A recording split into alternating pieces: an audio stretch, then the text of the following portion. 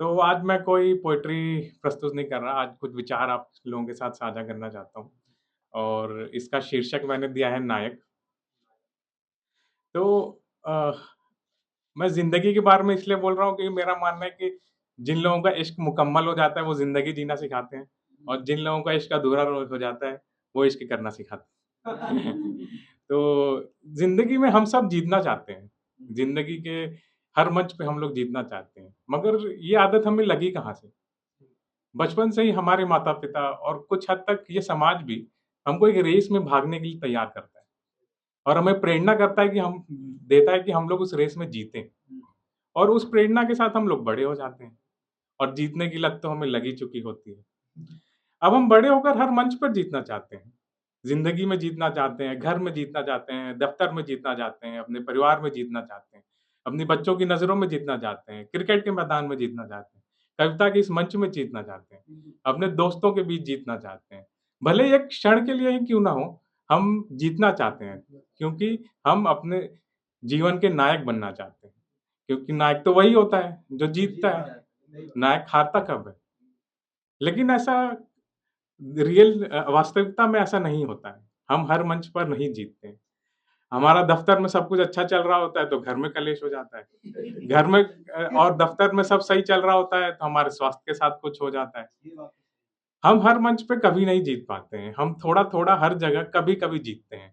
हम पूरी तरह ना जीत ही पाते हैं और ना पूरी तरह हार ही पाते हैं। तो इसका मतलब क्या कि हम लोग ज़िंदगी में हार गए हैं? क्या हम एक हारे हुए नायक हैं? लेकिन वो नायक ही क्या हुआ जो हार गया? नायक को तो जीतना होता है। वो तो हमेशा अंत में जीतता ही है, क्योंकि पिक्चरों ने तो हमें यही सिखाया है कि नायक अंत में हमेशा जीतता है और ना जीते तो पिक्चर अभी बाकी है मेरे दोस्त। लेकिन वास्तविकता में कहानी कुछ और होती है। वास्तविकता में हम लोग हार और जीत के बीच झूल रहे होते हैं। हम लोग हार की तरफ गिरने से कतराते हैं और जीत को लपक लेना चाहते हैं। हम लोग हार की तरफ गिरने गिरने से कतराते हैं और जीत की ओर जीत को लपकना चाहते हैं। और इस हार और जीत के बीच बहुत सारे लोग हैं, बहुत संघर्षकर्ता हैं, जो अभी भी जीत को पाने के लिए संघर्ष कर रहे हैं, जिनका संघर्ष अभी भी जारी है। इसका मतलब ये नहीं कि वो हार गए, ज़िंदगी हमें ऐसे मौके कई बार देती है कि हम उस क्षण में नायक बनें।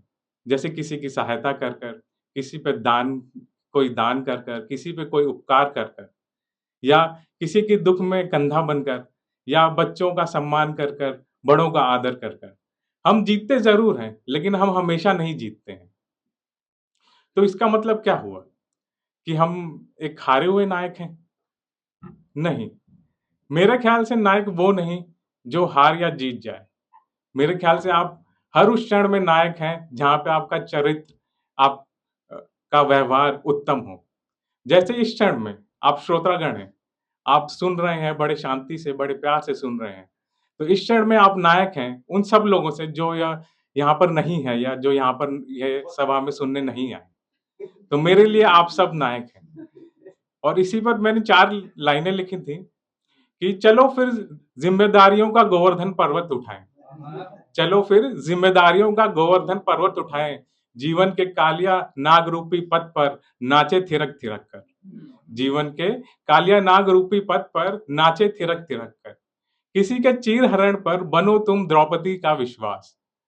किसी की दुविधा की घड़ी में बनो तुम उसके मार्गदर्शक। कोई सुदामा मिले तो करो अपना सब कुछ न्यौछावर और हो जाए सब बराबर। और मैं भी कान्हा हो जाऊँ और तुम भी कान्हा हो जाओ। और मैं भी कान्हा हो जाऊँ, तुम भी कान्हा हो जाओ। धन्यवाद।